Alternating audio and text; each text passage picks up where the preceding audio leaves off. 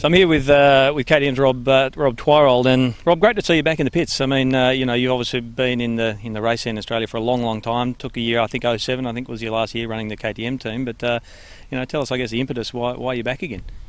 Yeah, look, I've never really been a long way away from it. My heart's always been in racing, and this is my 13th year at KTM. And I started as the race team manager, and then the business sort of grew that big, the volume of bikes we're bringing in, that Jeff sort of came to me and said, Rob, do you want to be the race team manager, or would you like to step full-time into the service manager's role? And I thought, geez, if things got tough, racing's generally the first thing that you cut back on. So for my security at KTM, I chose the technical service role. And yeah, so that's what I've been doing for a couple of years. About 8 months ago, Jeff and I started talking about the future of the race team and how it was all going, and sort of he had some vision that he would like to implement this year, and that was to really promote the KTM range of products. And so it was not just about the bikes, but about our power wear, our power parts, and to create a team that promoted everything that they wanted our dealerships to sell. And so that's sort of how it came about. And he asked if I would manage it, and I was absolutely honoured and, jumped at the opportunity. So I still run both roles. So I'm manager of the race team and the technical service part of our business here in Australia and New Zealand. But we've got two riders. I've got a really great support crew with Danny Apro as a crew chief, Kyle and Ryan as mechanics. So it's a tight bunch of guys. And I can step back a little bit and let Danny run a lot more of the mechanical side, engineering side and testing and things. So I'm really sort of overseeing it, make sure it all gels together. So I think that's why I can successfully, hopefully, do both roles. Well, let's hope so. I think you said a little earlier your wife Tracy was busy putting crosses on the calendar. There are a few weekends you're going to be home this year. But mate, just talking a little bit about the team structure, you said some of the guys that have come across. The infrastructure, JDR, had been running the KTM team, so it's come in-house. How much of that infrastructure that JDR, they were based with you guys out there at Emmy Plains, how much of that infrastructure in terms of truck and other stuff has come across to the in-house team now? So we didn't really keep anything from JDR. They've moved, I think they've sold their truck and essentially just moved straight out of our workshop. They always were based at our workshop, which was great, so that we still felt part of the race effort, and they did a fantastic job. And then their vision changed a little bit with the US. But so we're building a new truck, and it won't be a semi, it'll be like a semi-rigid, quite a large one. We want to try and possibly have accommodation in there, so have a little bit more of a feel where we stay at the track and things like that. Probably won't do as much hospitality as the other teams, and more than anything, we really want to be accessible to the people that come to the races, to come and have a look. And what we even thought about doing was, in between motos when we're changing tyres or changing a clutch, to actually have a bit of a seminar and tell people why we're doing that. I had a mate that went to Murray Bridge last year and they were changing the clutch, and he said there was 100 of us watching them do it, and every one of us were thinking, why are you doing that? So I thought it'd be a great thing to just stand there and go, look, the reason they're on the job training. Yeah, I think a lot of people that come there do their own work on bikes, so maybe that's my technical role coming out and overlapping into the racing, but I think that might be interesting for people.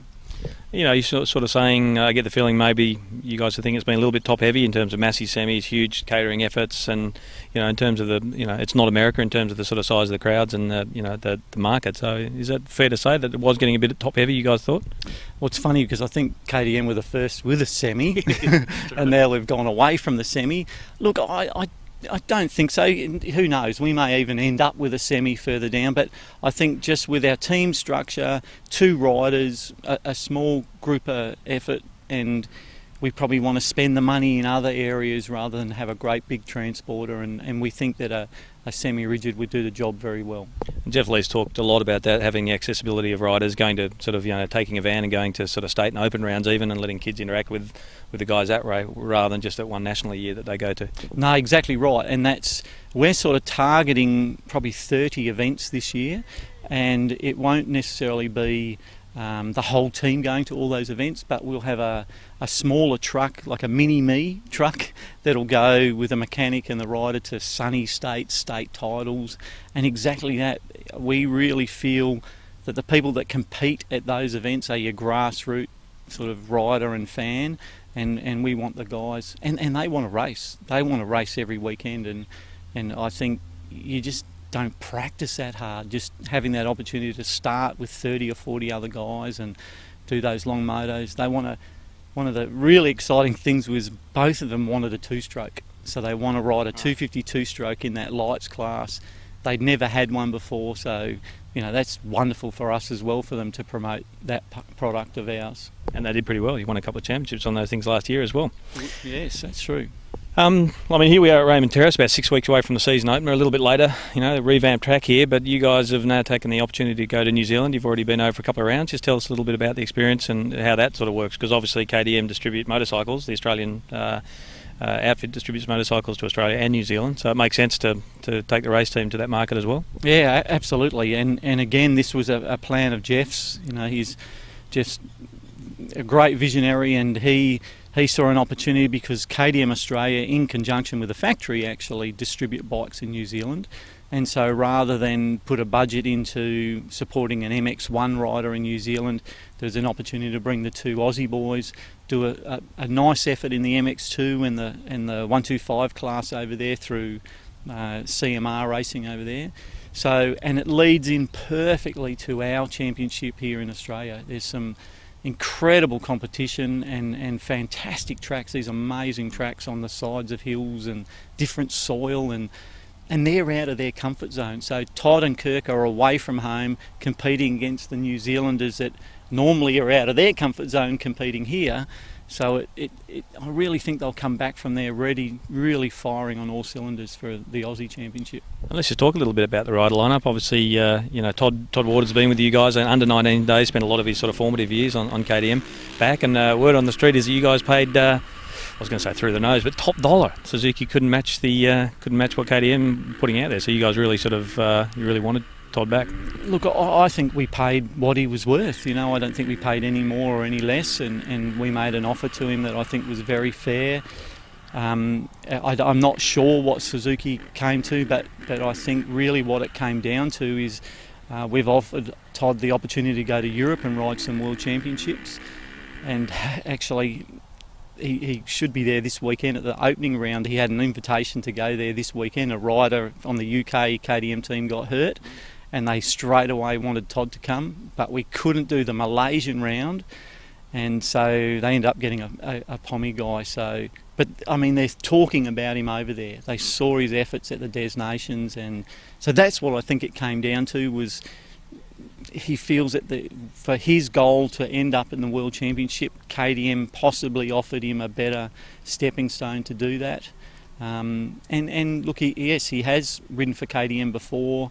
He didn't ride under me, and I think that was a bit of an attraction to do that. We get on really well. I'm very friendly with his family. He's got a fantastic support group with his girlfriend and mum and dad, and I've got two great guys actually. Kirk is just fantastic as well there. Well, he's always wanted to ride the 450, and I guess he had a bit of a toughie, obviously, really some injuries, or injury riddled really the last 3 or 4 years, but the opportunity for him obviously to get on a 450, and it was a bit of a surprise, I've got to say, when I heard that you guys had taken him on board well before the press release, I might add. Yeah, well, he's a guy that I've looked at over many years, and I've known, heard around the pits. He's a real hard worker, really nice kid to get on with.